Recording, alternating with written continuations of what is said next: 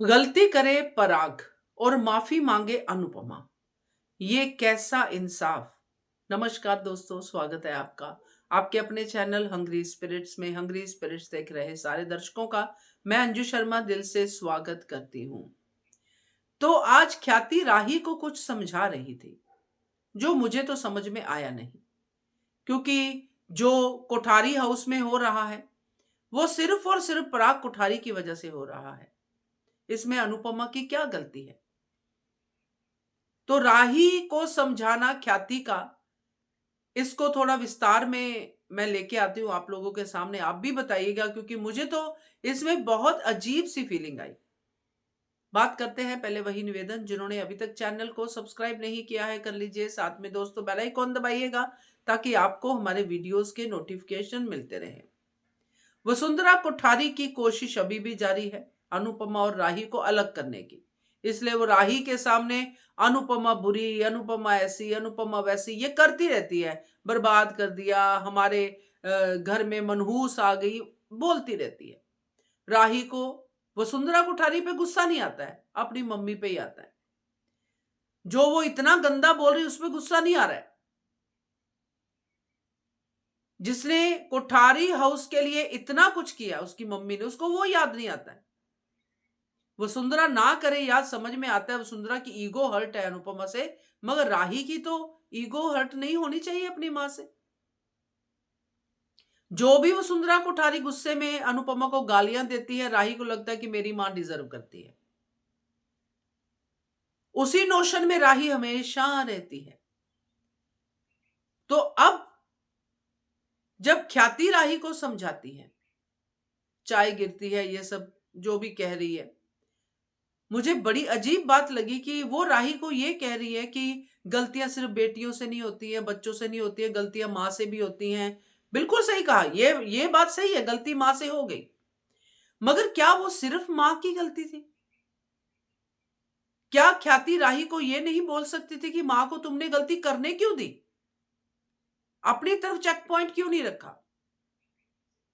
क्या मां ने जैसे ही रजनी पेपर लेके आए वैसे साइन कर दिए थे? तुम बच्चों के पढ़े लिखे होने का फायदा क्या जब तुम लोगों ने पेपर पढ़े ही नहीं?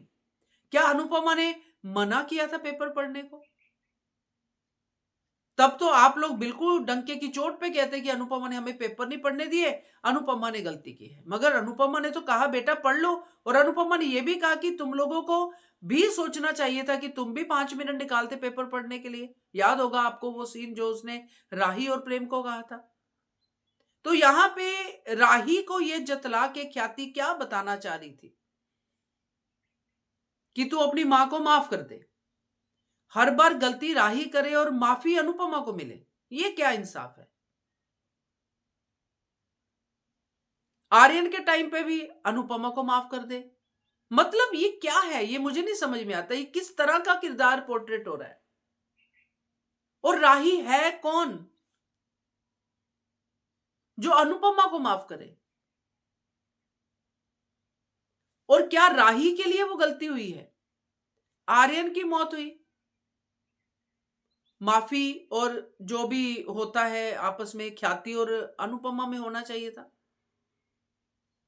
मगर वहां भी राही खड़ी है, क्योंकि राही एक्चुअली अनुपमा की मां बनने की कोशिश कर रही है कि मम्मी को गलती नहीं करनी है। जैसे बच्चों को समझाते हैं ना हम लोग, बेटा गलती से भी गलती नहीं करनी है।